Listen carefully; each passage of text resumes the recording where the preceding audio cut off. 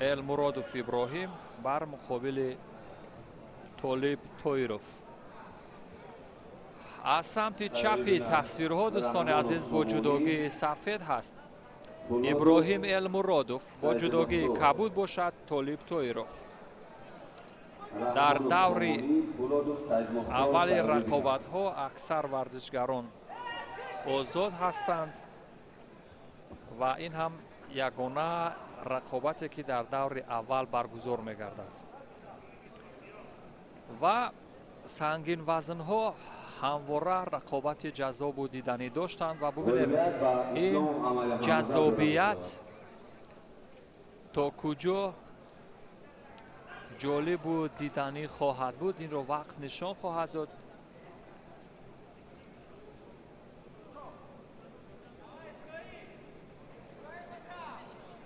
یکی از دسته دوشنبه یک این ابراهیم المرادوف که تحت هدایت یا راهبری خود طالبوف تمرین میکند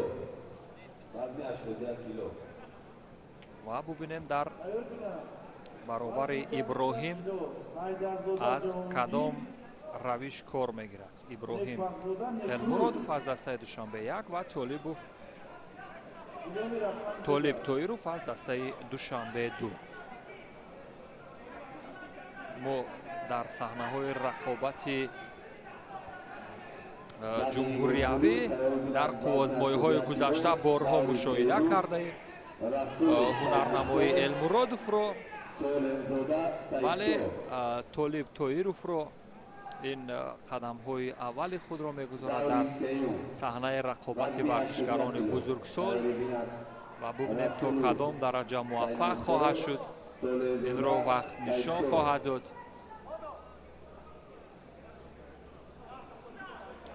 همچنین در این روزی رقابت ها میان سنگین وزن ها فریاد شیخوف نیز حضور دارد. یکی از مدعیان و یک زیدی حمله جانانه و ایپان. به همین ترتیب المرادوف اثبات کرد که قدرت و توان او در بخش جواب گردانیدن بر حریف خوبتر هست و طالب تویروف را در مدت 1 دقیقه و 54 ثانیه از صدر راه برداشت و به مرحله بعدی رقابت ها راه خواهد گرفت.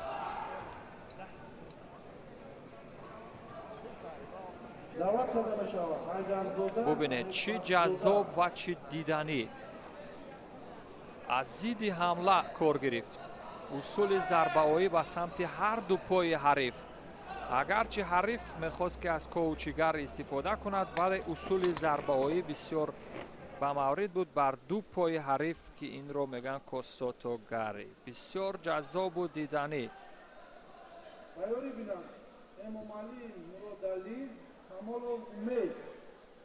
اکنون دور دوم رقابت ها از دوستان عزیز. دور دوم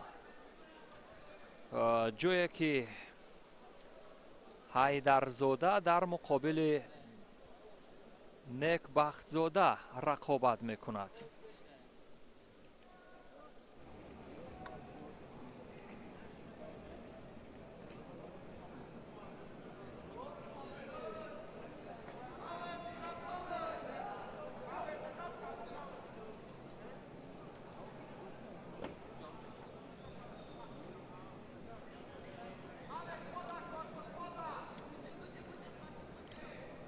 حیدرزاده جهانگیر از دسته دوشنبه یک با جداگی سفید است دوستان عزیز.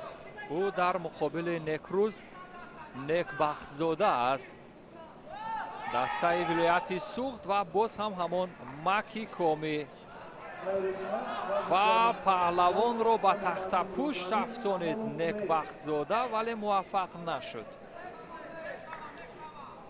سنگین وزن ها با آن فشار سنگین و محکمی که دارند در صورت کنترل حریف به تخت پوشت در بخش اسیکامی وزن واقعا کارشون عالی خواهد بود، اما موفق می شوند یا نه تا بردن حریف به همان مرحله این رو وقت نشان خواهد داد. ولی نیکبختزاده امروز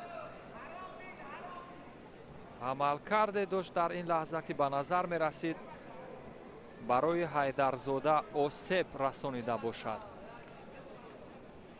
ولی این رو وقت نشان خواهد و ببینیم. بعد طبیب نیاز دارد حیدرزاده و همین لحظه پایانه که مشاهده کردیم گویا دستی حریف رو چگونه مشاهده کرده باشد.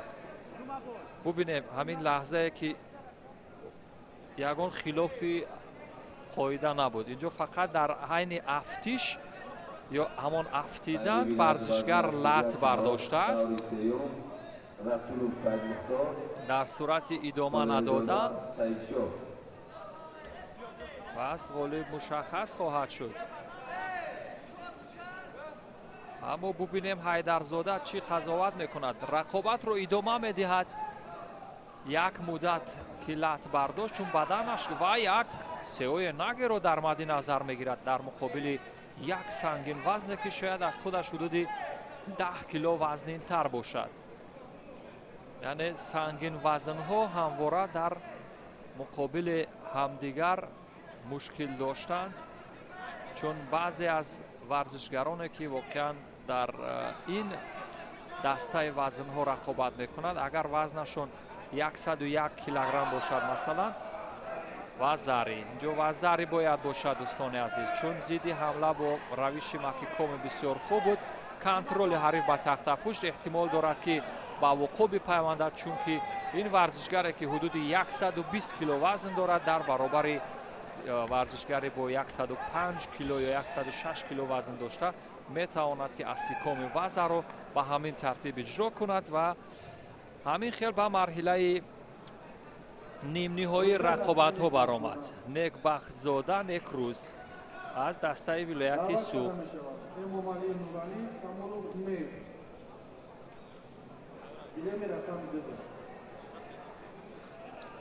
نیک بخت زاده ببینیم از ضد حمله استفاده کرد، اینجا وزر گرفت ابتدا و بعدا در حالی که حریف رو کنترل میکرد با تخت پشت یا اداره کردن حریف موفق به کسب وزر دویم شد. همین ترتیب به مرحله نیمه نهایی رسید.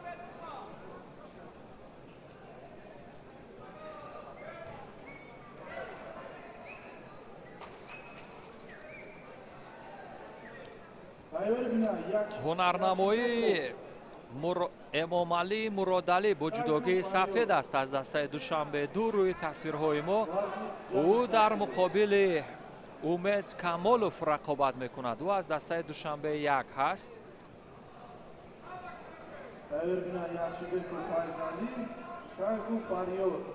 باز همون از لحاظ اندام یا وزن به نظر می رسد که تفاوت هست از همون نگاه اول.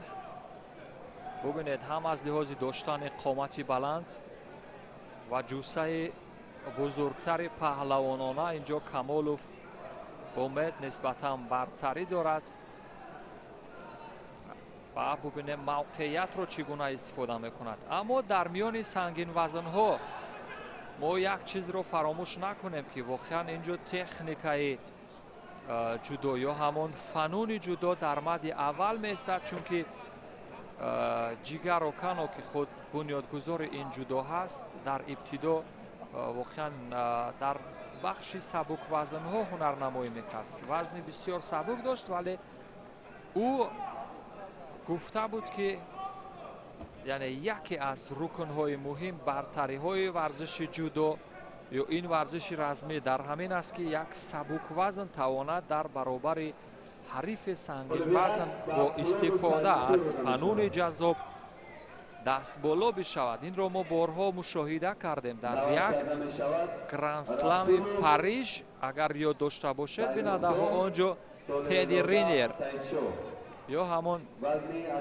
پادشاه سنگین وزنهای جهان که 10 کرات عنوان قهرمانی جهان را دارد در برابر کاگویروی ژاپنی چگونه فند خورد یا فریب خورد و او از کاگوئرو شکست خورد. یکی از شکست‌های خورد کاگوئرو احتمال از او حدود 20-25 کیلوگرم سبکتر بود، ولی از اصول خود حریف استفاده کرد. همون کوزوش یا تعادل او را بسیار خوب برهم زد و یک اصول ضربه آیی که تدی رینیر داشت با ضرر خود او بود. کارت زرد جزا با سبب داشتن نادرست با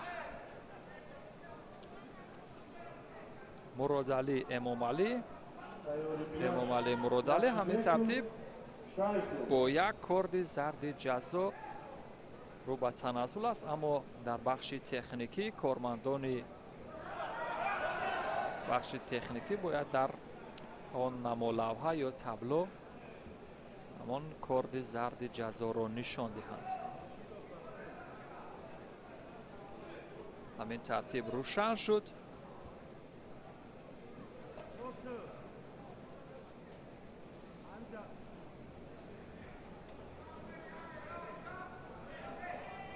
و با سبب یک احتیاج پیدا کردن به دکتر یا طبیب، امام علی یک لحظه خوازمایی من می شود و امید کامالوف نفس رست می کند. سنگین وزن ها تیزتر خسته می شوند نسبت به ورزشگران وزنشون میانه یا سبک وزن.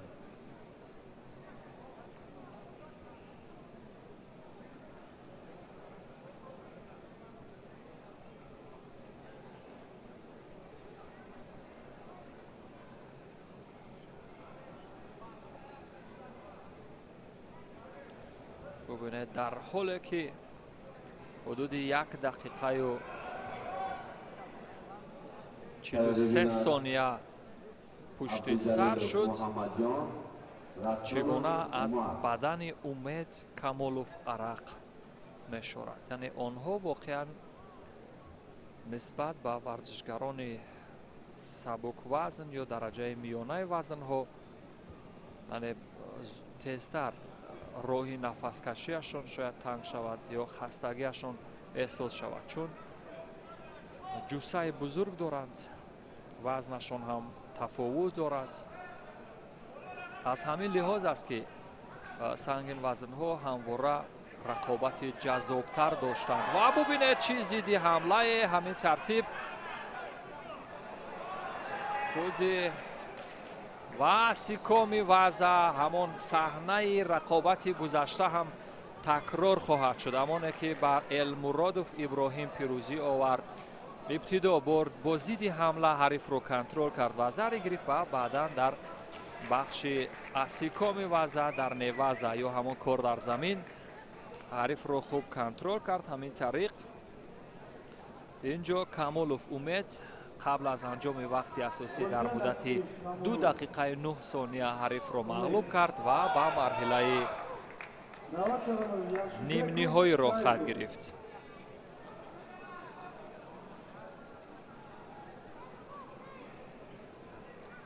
نوارهای تدریجی را میبینیم دوستان عزیز چگونه صورت گرفت. همون عمل کرد. ببینید در حالی که حریف میخواهد راهی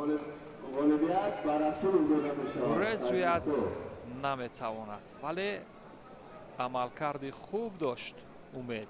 یکی از چهره های شناخته صحنه رقابت های پهلوانی فریاد شیخوف در برابر فیضعلی یخشیبکوف رقابت میکند. از همدیگر شناخت خوب دارند این ورزشگران، چون در صحنه رقابت های داخلی و یک کوچیگری و به همین ترتیب فریاد شیخوف در همان ببینید در 5 ثانیه رقابت یکی از رکوردهای گویم از لحاظ با سرعت رقابت کردن را گذاشت. امروز در رقابت سنگین وزن ها فریاد شیخوف رکورد گذار شد. بار دیگر نوارهای تدریجی رو ببینیم دوستان عزیز و مشاهده خواهیم کرد که چگونه همین با سمت پای چپ صورت گرفت همین کوچیگری و به همین ترتیب فریاد شیخوف در مرحله финалии рақобатҳо аз лиҳози доштани як пирӯзии босуръат имрӯз рекорд гузошт. Дар 5 сония ҳарифро мағлуб кард ва дар рақобатҳои ҷаҳонӣ дар 5 сония Инал Тасоев буд ки дар як гранд-слам рекорд гузошта буд ва шояд дар Тоҷикистон ҳамин рекорд бошад барои Фарёд Шайхов. Ва дар даври чаҳорякниҳоии рақобатҳо Иброҳим Элмуродов рӯи тасвир ҳаст, дӯстони азиз, бар муқобили Баҳриддин, Башири Баҳриддин рақобат хоҳад кард. ҳамакнун ҳарифаш низ ба саҳнаи рақобат ворид мешавад ва Фарёд Шайхов дар саҳнаи имрӯзаи рақобат дар марҳилаи ниманиҳоӣ қарор гирифт.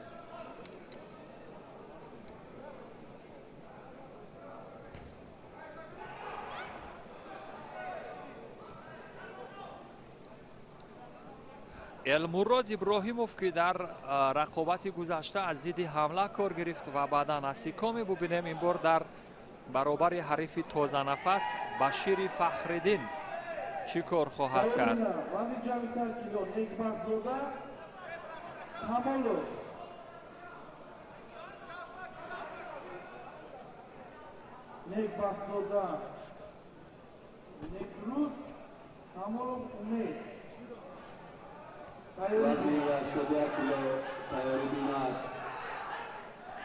ва ин бор акнун зидди ҳамла қариб буд ки дар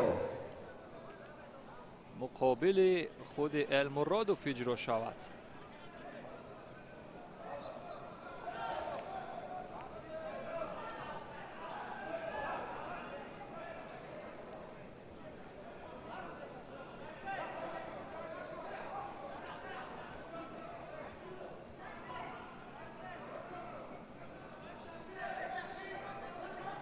ҳудуди 1 дақиқаи вақти асосӣ пушти сар мешавад.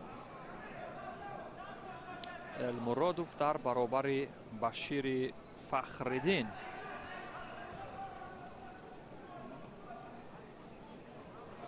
Башири Фахриддин аз лиҳози доштани синни бузургтар нисбат ба Элмуродов фарқ дорад ва Элмуродов дар баробари ҳарифи бузургсол бубинем чӣ кор мекунад.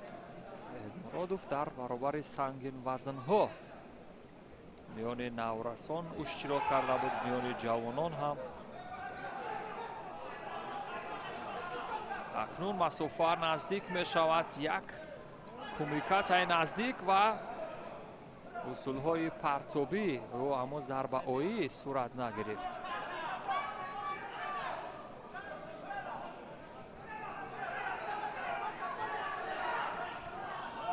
ҳалук аз лаб, ҳалуки лаб ҳам бенатиҷа.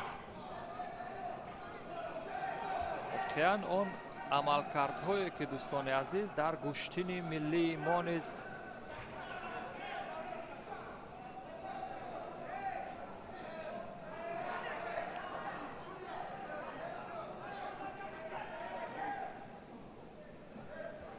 борҳо истифода мешаванд.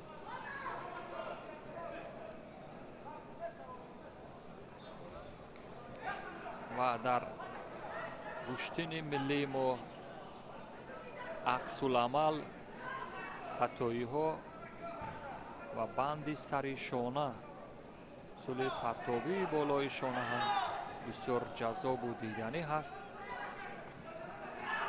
ҳалуки байн аз Учимата вале бенатиҷа.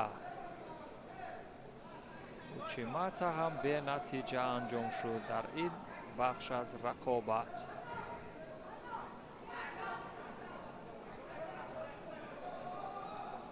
усули камарӣ ё банди сари сурин ҳам мегӯянд дар гӯштини миллии мо.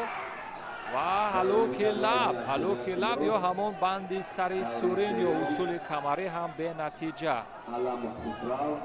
анҷом шуд.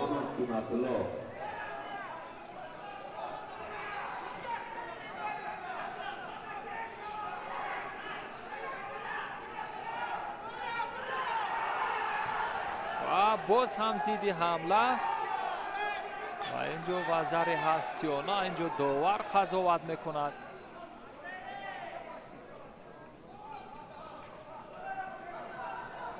ولی وقت نشان خواهد داد.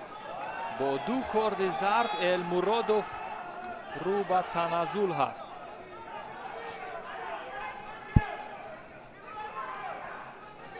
هر دو هم نتیجه برابر شد. نتیجه برابر شد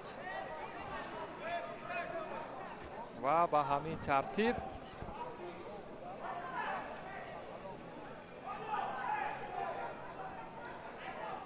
یک کارت زرد دیگر جزا تقدیر را روشن خواهد کرد.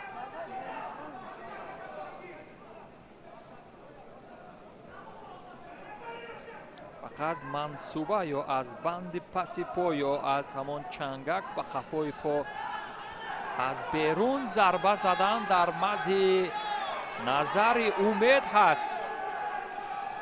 نه، بشیر فخرالدین و باز هم زیدی حمله و اصول کمری یا سری سورین به تعبیر یکی از مؤلفان در گشتین در بخش کتاب تاجیکان، یعنی گشتین ملی تاجیکان گفته است. بابا جانوف و موسایوف یک کتاب هم دارند در بند یا فنون گشتین ملی. ولی امروز رقابت‌های جهانی با اصطلاح اصلی بیشتر در مورد ورزشگران قضاوت میکنند.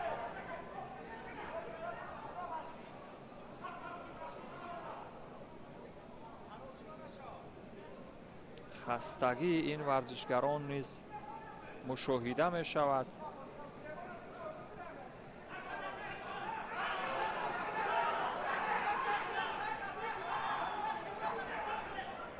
ولی بنابر سبب سینی کمتر داشتن به نظر می رسد که المرادوف نسبت به حریف یعنی راه نفس کشی خوبتر دارد و در صورتی یعنی استفاده تکنیکای خوبتر و تاکتیکای جالبتر میتواند که موفق شود. ولی این رو وقت نشان خواهد داد. دوستان عزیز، حریفش خسته به نظر می رسد. 15 ثانیه دیگر تا انجام وقت اساسی باقی مانده است.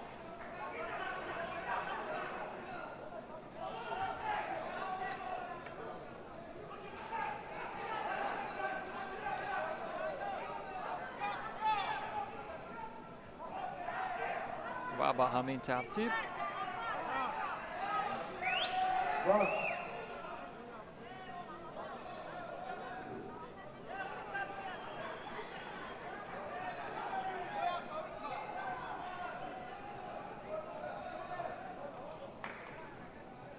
وقت هم به انجام رسد یا گلدن سکور. گلدن سکور و به همین ترتیب دقیقه های طلایی با ترجمه تحت لفظی همین گلدن سکور و این هم مجازاً میتواند امتیاز طلایی باشد، چون بسیار مهم و حساس است. در دقیقه های اضافه مسافه نزدیک می شود بین هر دو ورزشگر.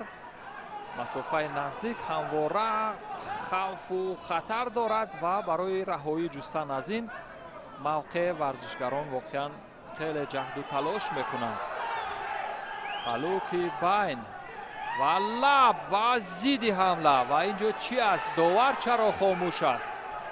اسیکومی وضع به همین ترتیب 10 ثانیه میتواند، اما نه اینجا ببینید که جوانی در برابر سن بزرگ غلبه کرد و اینجا میسازد گفت که کم تجربه‌ای بود اینجا از سوی بشیر فخرالدین که نتوانست در حالی که حریفش بسیار خسته و بیمدار هست او را کنترل کند یا اداره کند به تخت پشت. با این وجود ثانیه های بعدی هم با نزدیک شدن یا با یک رقابت مسافه نزدیک و خستگی بشیر فخرالدین به چشم میرسد. ببینید اصول را باید اجرا کند. المرادوف و زیدی حمله و یک اوچیمت هم به نتیجه. ثانیه های پشت سر میگردند و به همین ترتیب چون به نظر میرسد المرادوف اگرچه راه نفس کشی خوب دارد و حریف او اگرچه خسته هست ولی چون تجربه اشتراکش کمتر است در رقابت ها از این لحاظ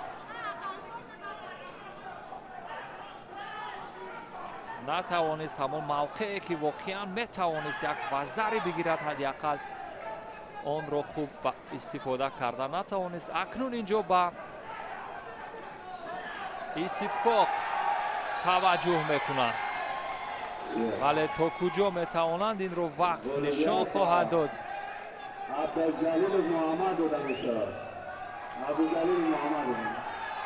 خستگی هر دو ورزشگر مشاهده می شود. در کنار دیگری این تتمی یا در تتمی یکم ورزشگران وزنشان 81 کیلوگرم رقابت دارند و در آنجا هست که رقابت ها نیز جذاب و دیدنی است و شور و شوق ورزشگران نیز آنجا بر اعلی هست.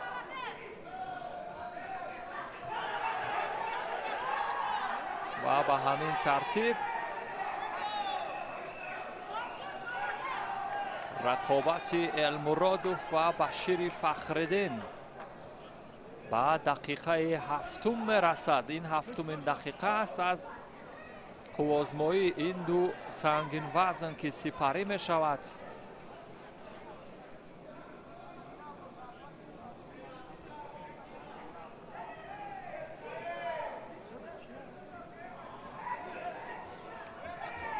و داور هم هنوز در مورد سومین شیدو قضاوت نکرده است.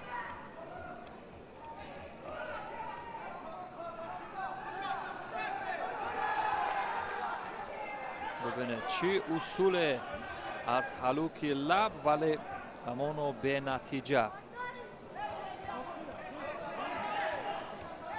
از آستین و گریبان حریف بسیار خوب در همون طرز های قپیدن یا کمیکت داشت.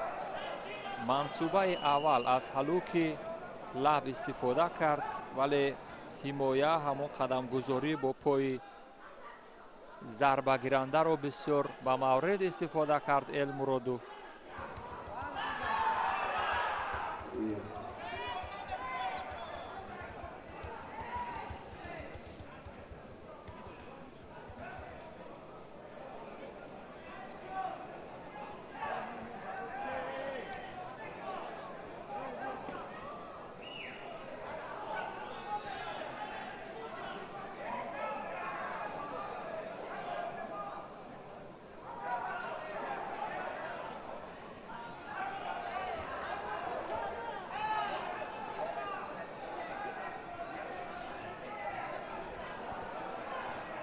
و بار دیگر اینجا با طبیب نیاز پیدا میکند فخرالدین بشیر فخرالدین.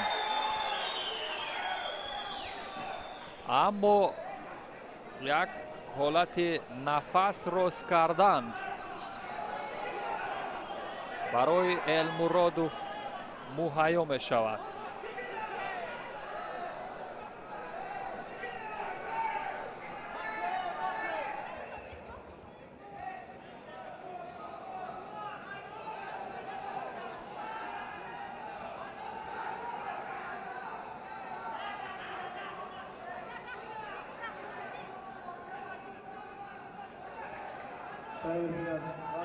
جمعی 100 کیلو نکبخزاده کمالوف امید نکبخزاده نکروز کمالوف امید کلیم رقم 2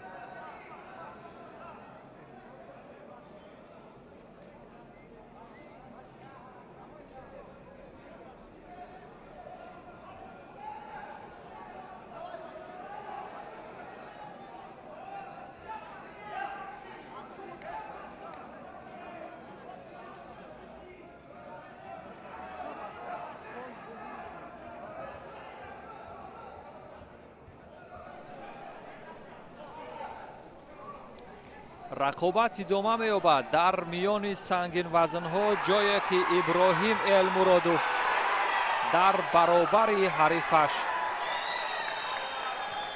کوشش میکند تا از اصولهای جذاب استفاده کند اما نمیتواند.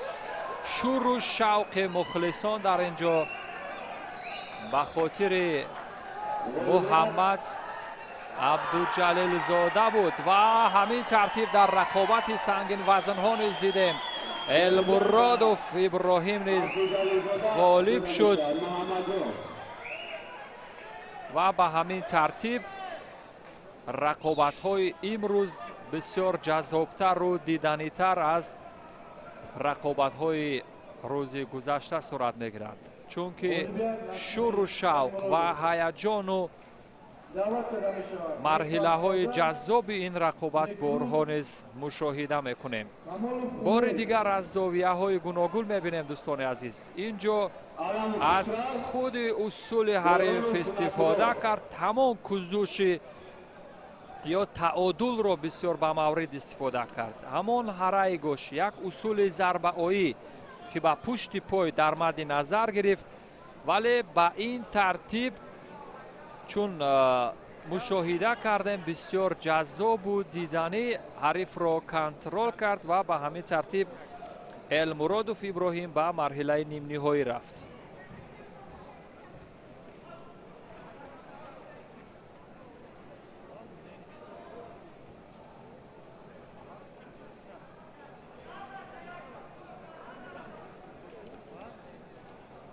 نیکبخت زاده نیکروز اون ورزشگری که از دسته ولایت سوغد است در برابر امید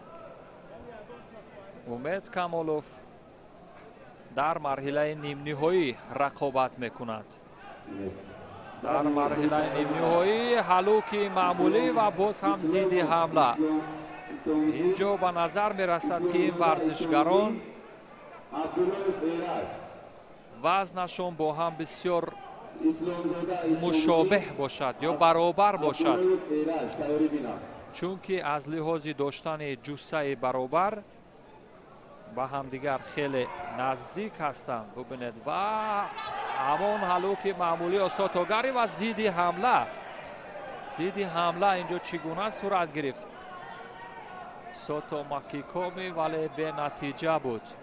نه اینجا گذاشت یک وزری دادن بر ضد حمله نیکروز و به همین ترتیب نتیجه بر سود نیکروز نیکبخت زاده هست.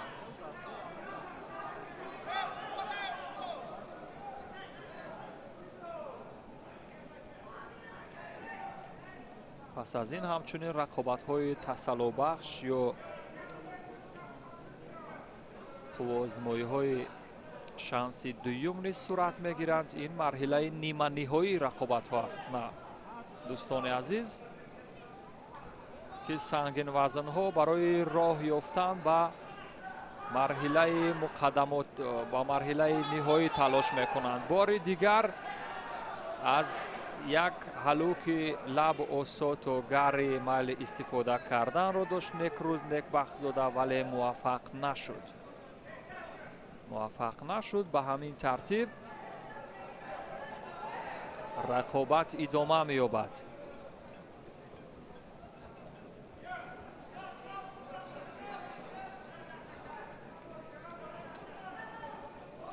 بار دیگر نیز همین بند مقبول یا دوست داشته‌اش را مورد استفاده قرار داد ولی موفق نشد. با وجود این نیکبخت زاده با یک وزری پیش صف هست ولی طی چند ثانیه پایانی امید کمالوف بود که اصول اجرا میکرد. بار دیگر نیز همین اصول حلوکی لب یا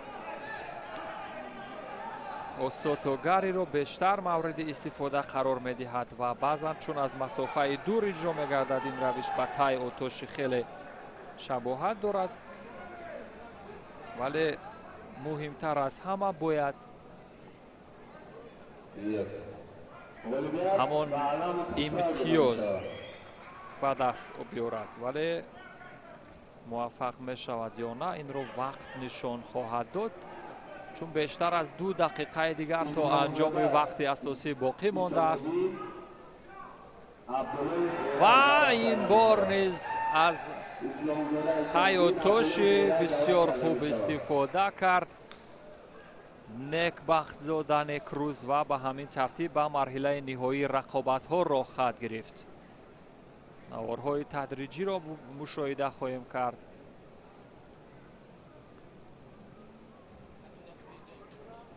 و ببینیم که با کدام همان نقطه مهم اصول مورد نظرش را استفاده کرد و غالبیت نصیبش گشت.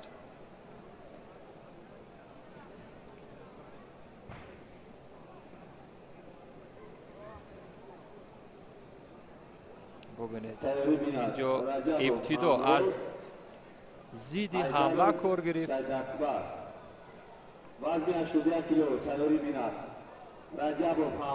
و بعدا در این قسمتی رقابت نیز با زیدی حمله موفق به کسب یک وزر دیگر شد و به همین ترتیب به مرحله نهایی را خواهد گرفت.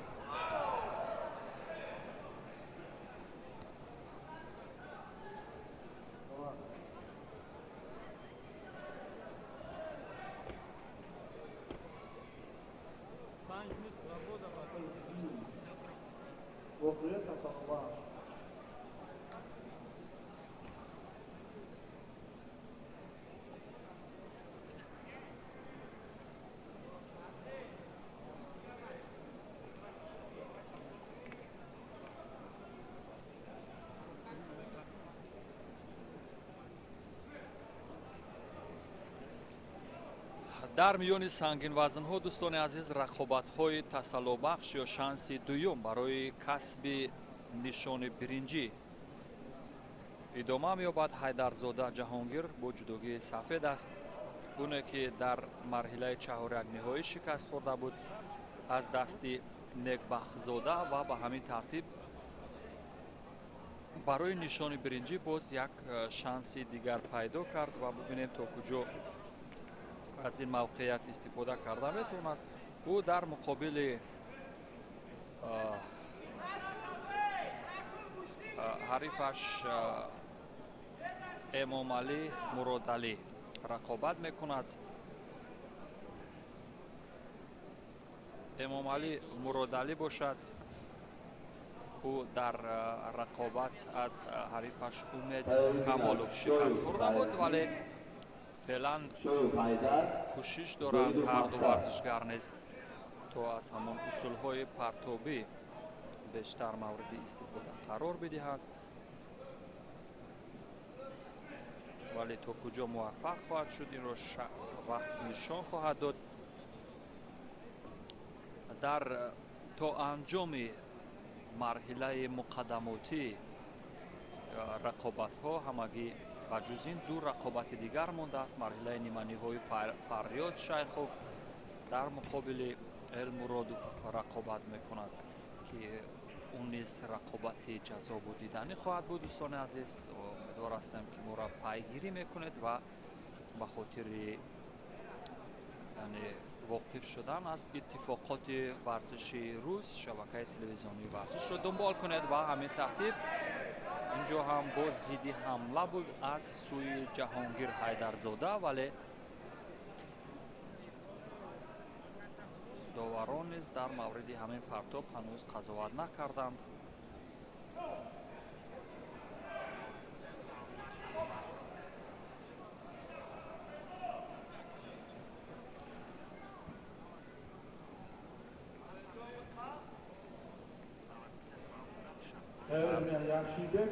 دست نوبتی ورزشگران ببینیم کدام موفق خواهد شد. 1 دقیقه و 33 ثانیه دیگر تا انجام وقت اساسی این رقابت باقی مانده است.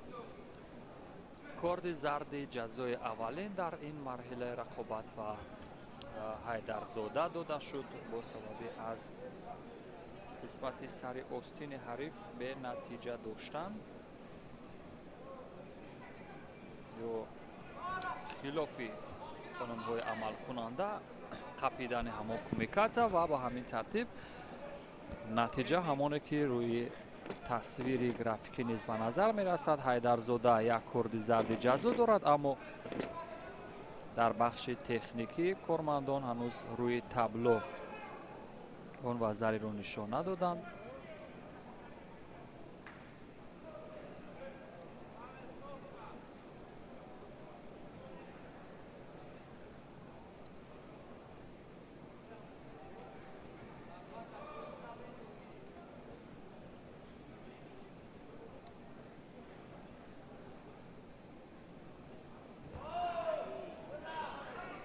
бори дигар низ ҳамон зидди ҳамлаҳо бештар мавриди истифода қарор мегирад, вале касе аз варзишгарон муваффақ ба касби имтиёз намешавад. Ба ҳамин тартиб шимеваза мавқеият барои Эмомалӣ Муродалӣ,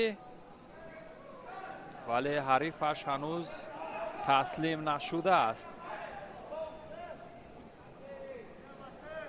Shoaib Haydar Doidov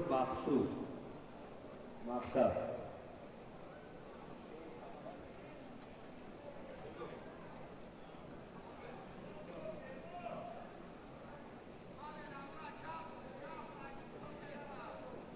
бо сабаби камкорӣ ки ба Эмомалӣ курди зарди ҷазо доданд, ба ҳамин тартиб аллакай рӯи намолавҳа натиҷаи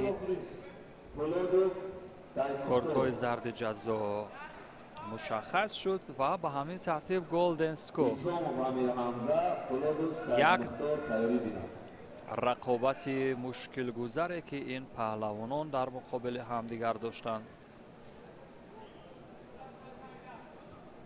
дар рақобати гузашта низ Ҳайдарзода Ҷаҳонгир якам осеб бардошта буд ва ин бор кӯшиш кард ва вазари мегирад ё на. контроли дасти ҳарифро то охир идома дод, вале бо равишҳои пой натавонист муваффақ шавад.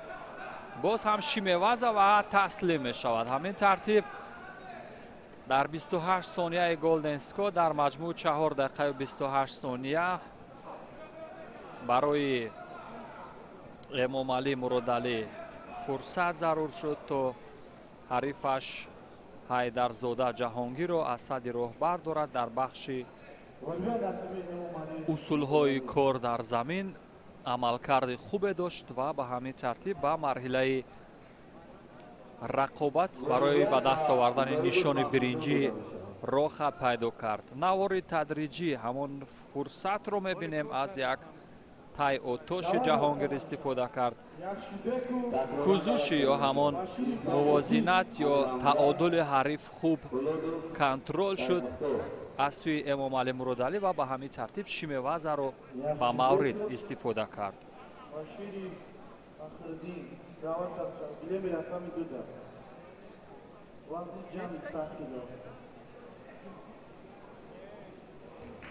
Davri Çoru Tayri Binat Rasul Said Mukhtar Abdülcalimzoda Muhammadjon Rasul Said Mukhtar Abdülcalimzoda Muhammadjon Tayri Binat Azmi 81 kilo.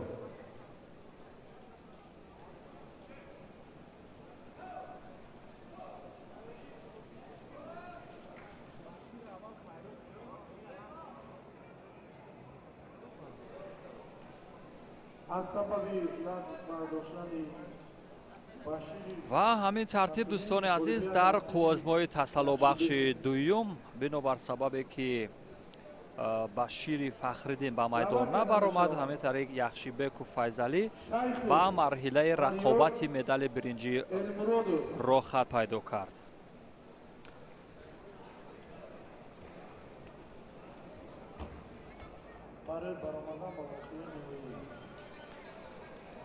инак дӯстони азиз, охирин рақобате ки дар рӯзи дуюми ин мусобиқоти мавқеъгирӣ ё радабандӣ варзишгарон ё ҷудоварзон бо ҳам тамошо хоҳем кард дар марҳилаи муқаддамотӣ. Дӯстони азиз, барои роҳ ёфтан ба финал Фарёд Шайхов, паҳлавон аз вилояти Мухтори Кӯҳистони Бадахшон, дар муқобили Элмуродов Иброҳим талош мекунад. Фарёд Шайхов имрӯз рекорд гузошт дар муддати 5 сония дар даври чаҳорякниҳоӣ Башири Фахриддинро мағлуб кард ё Асади роҳбар дошт. Аммо бубинем дар ин ҷо аз кадом шева ё наҳва барои муваффақ шудан истифода мекунад. Боз ҳам аз ҳамон коучигари, вале муваффақ намешавад.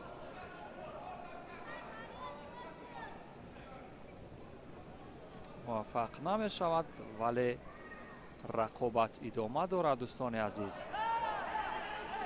рақобат идома дорад. Фарёд Шайхов ки дар баробари паҳлавонони номии кишвар дасту панҷа нарм карда, бо ин бор дар баробари як варзишгари ҷавону навруста дар арсаи рақобатҳои ҷаҳонӣ қуввоизмоӣ мекунад. Аммо муваффақ мешавад ё на, ин ҷо вақт нишон хоҳад дод, чунки баъзан падидаҳо низ метавонанд дар баробари он ситораҳои дурахшон ҳунару истеъдоди шоиста нишон диҳанд.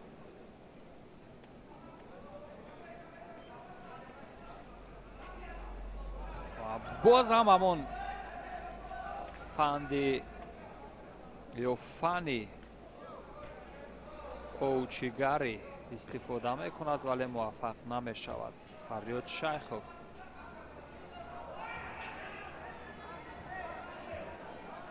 нисбат ба ҳариф серҳаракаттар аст дар таносуби иҷро кардани ҳаракоти точиваза ё дар бахши саропо.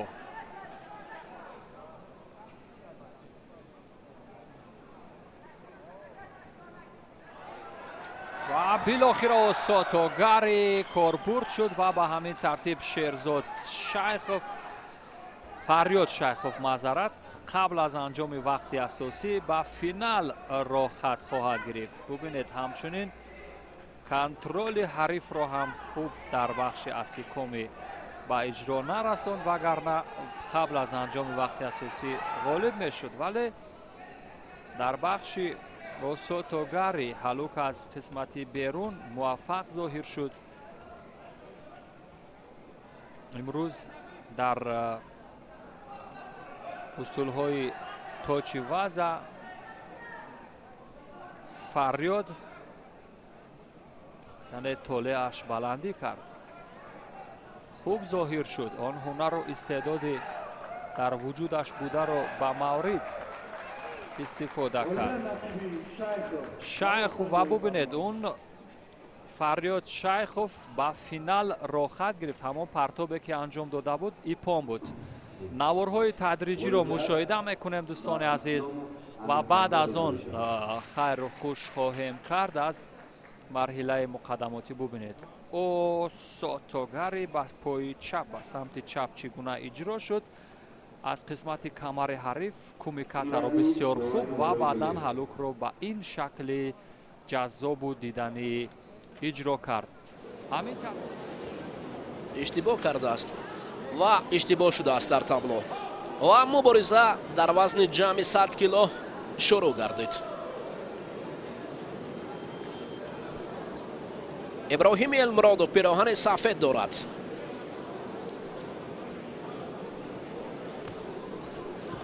иброҳим Элмуродов пироҳани сафед пуштин мегирад ва Муродалӣ Эмомалӣ бошад бо пироҳани кабуд дар вазни ҷамъи 100 кило барои ба даст овардани нишони биринҷӣ талош доранд.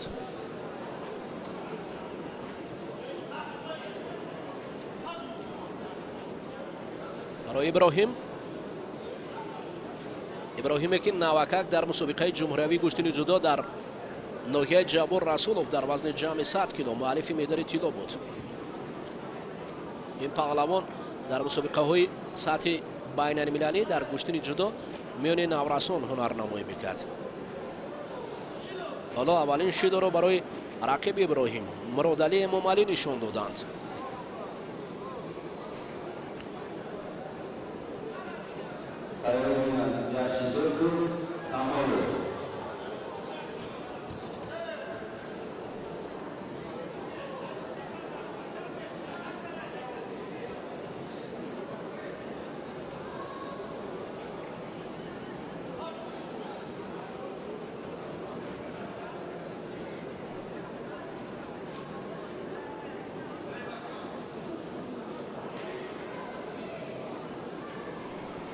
دوباره این پهلوانان دست و چنگل. ابراهیم المرادوف حالا برای پیدا کردن کمربند رقیب رفت و برعکسی حال مرادعلی امامعلی باشد سر کتف کرد، اما به نتیجه است، چون که هم سرعت پس بود، هم حرکتی قدر امید بخش بود.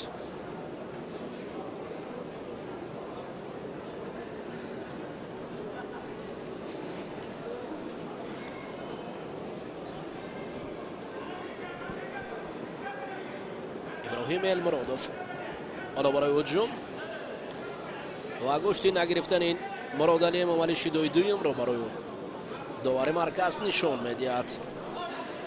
یک شیدوی دیگر اصلا میون پهلوانان سنگین وزن کار با شیدو اکثرا جمع بست می شود، چون که جست و چلاکی پهلوانان نزدیک به وزره مرادعلی امامعلی اما از او این کار هنوز هم نبرآمد، وگرنه دو شیدو با یک وزره تکیه‌گوهی قوی میشد برای مرادعلی امامعلی.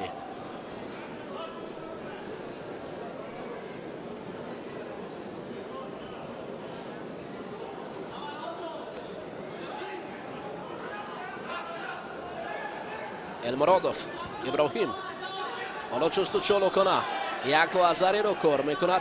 حالت اسای کمی برای پهلوانان سنگین وزن همین اسای کمی بسیار هم خوب است. باور کنید مرادعلی امامعلی هم از اسای کمی برآمدن قهرمانی است. نه، اسای کمی نمی براید. 10 ثانیه دیگر و این پان است.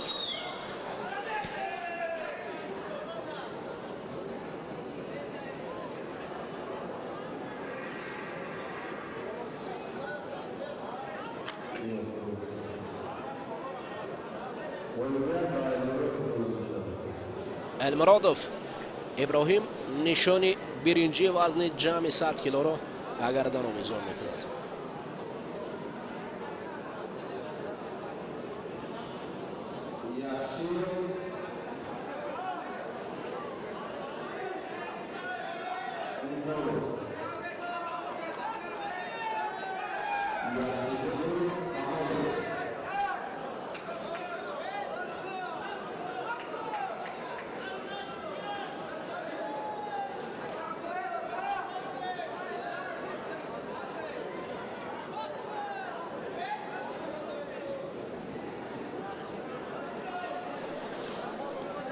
جفتی دویومی وزن جمع 100 کیلو مبارزه برای به دست آوردن نشان دویمی برنجی دویم.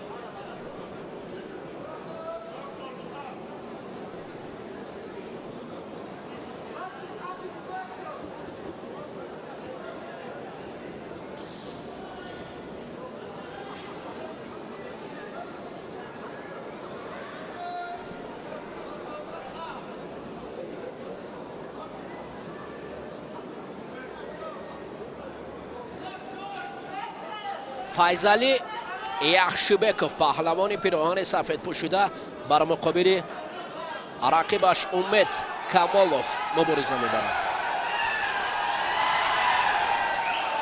آفرین، در این وزن برای امید گوشتی گرفتن زیاده شاید 130-140 کیلو هم وزن داشته باشد. الان پهلوان امید کمالوف است. با یخشبک فیضلی پیراهن سفید دارد. دو پهلوانش اگر بگویم اینا علاقه پهلوانان سابقه دارم بگیم خطا نمیکنم، چون که در گشتن جدا ببینید امید قد بلند، امید کمالوف دو سمت خواهد. اوه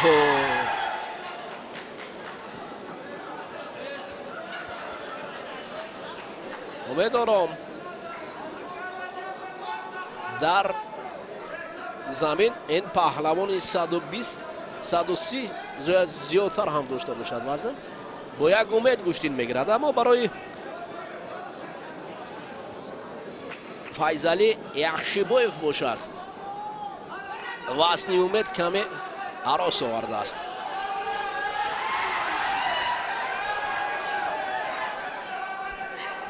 حالا امید کوشش دارد تا کمربند رقیب رو دریافت کند. اکنون امید کمربند دریافت کرد. ماته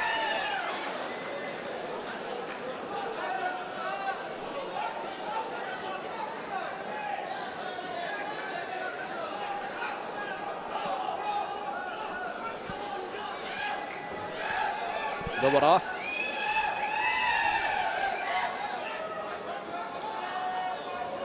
امید حالا برای پیدا کردن گریبان رقیب مخلصان هم صدا دارند.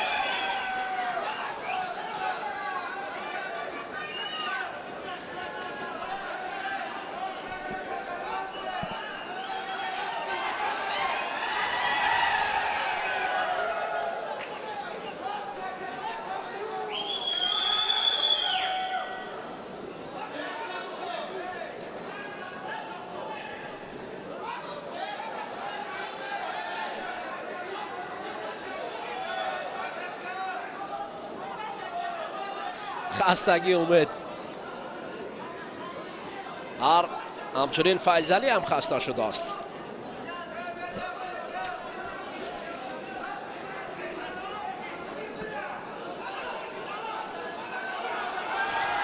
نه برای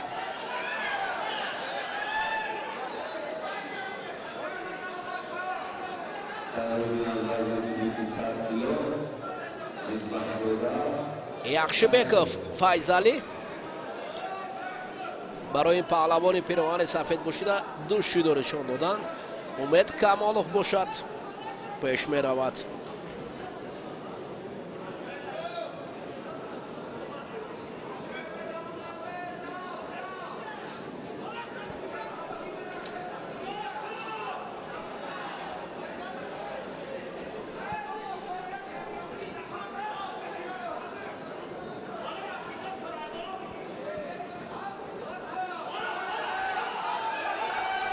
فیضلی یک وزری را کار میکند بالاخره امید. حالا دوباره مرکز وزری نشان داد و فکر میکنم در این حالت تکرار هم دیدن ممکن است که در حالت تکرار اگر نشان میدادن خوبتر بود.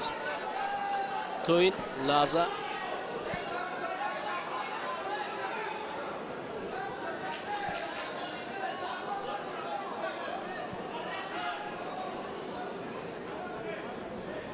باز پس میگیرند وزری رو.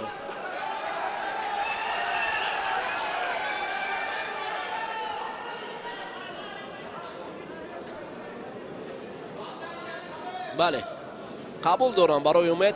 کمالوف دوباره برگشت و وزری رو دادن.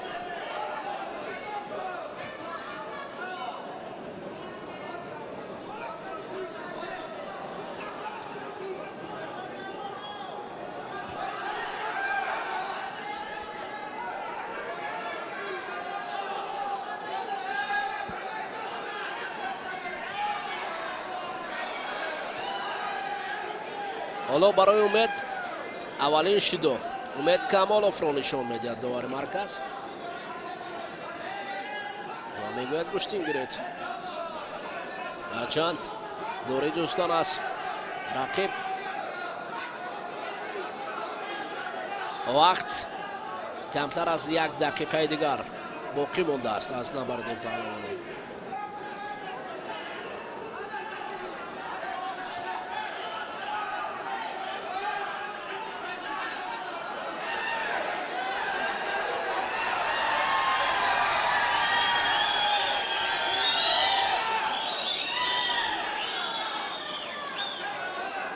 Muxliсон қисмати умед ва қисмати дигари Яхшибай Файзалиро дастгирӣ мекунанд.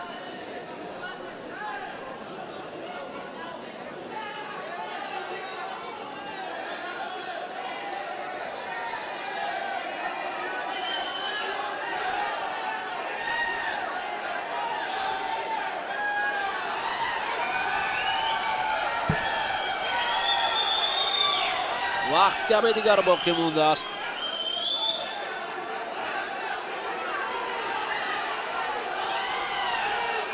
шаш панҷ агар дар ҳолати бигзор шудам вақт ба анҷом расид. як авазари Умед Камоловро барандаи медали биринҷи вазни ҷамъи 100 килограмм.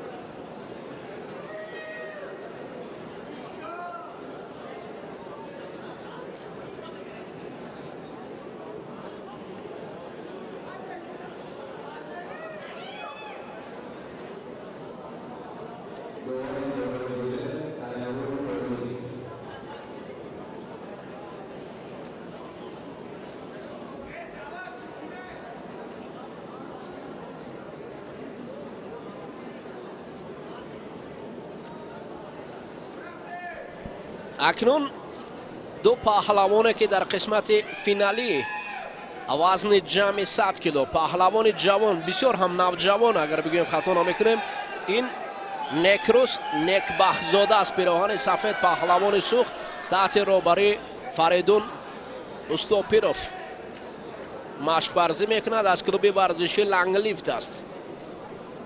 навакак Некрус дар мусобиқаи ҷумҳуриявӣ миёни наврасон гӯштин гирифта буд, нишони тилло ба даст оварда буд.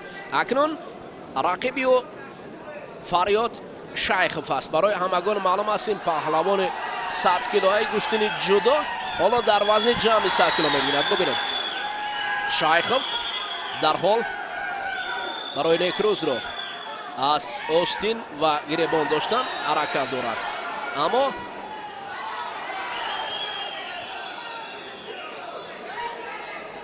Шайхов дар ҳол кумикатаро дошт. паҳлавони навҷавони суғдӣ бошад, аз ин ҳолат худро раҳо кард.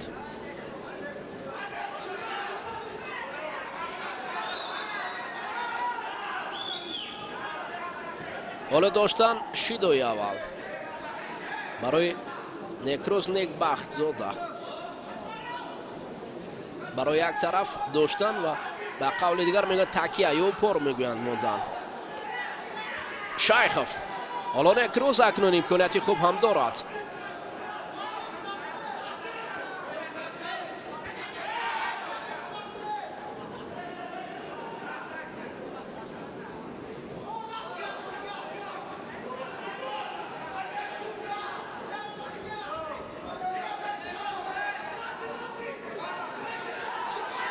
Некрус хеле ҷавон аст, таҷрибаи шайхов дар гӯштини миллӣ дар гӯштини ҷудо зиёдтар аст. Аз ин хотир ҳоло шидои дуюм ҳам барои ин паҳлавони вилояти Суғд дуюмин шудо.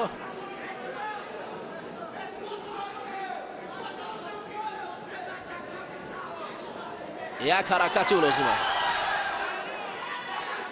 барои Фарёд. мухлисон фарёд мекунанд то ин ки ӯ пеш гузарад. аммо Некрус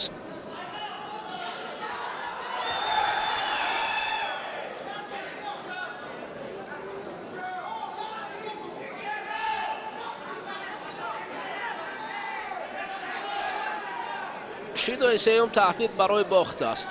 дар ҳолати ба ҳарду ҳам шидо додан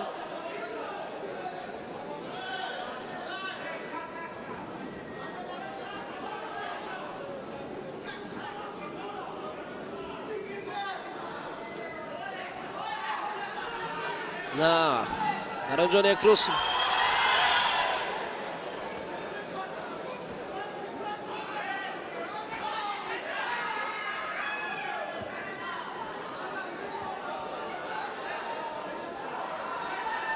ҳолати асай коми Фарёд Шайхов. аз ин ҳолат баромадан кори мушкил аст барои Некрус Небахзода.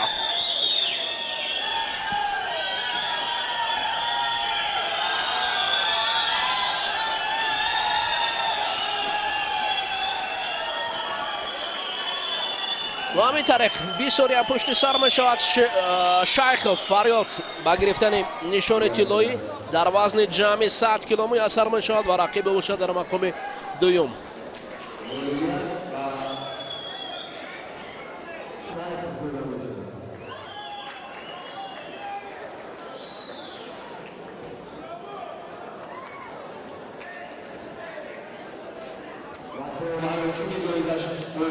ҳолати такрорро мебинем дар ин ҷо. чӣ гуна буд ҳолати чӣ гуна иштибоҳи Некрус ва Шайхов аз ин фурсати муносиб истифода бурд ва барандаи медали тилло шуд. дӯстони азиз, ҳамин ҷо низ гузориши мо ба анҷом мерасад. шабакаи варзиш 2 рӯз аз мусобиқаи ҷумҳуриявии намуди гӯштини ҷудо пешкаши шумо гардонид. шоду пирӯз ва сарбаланд бошед.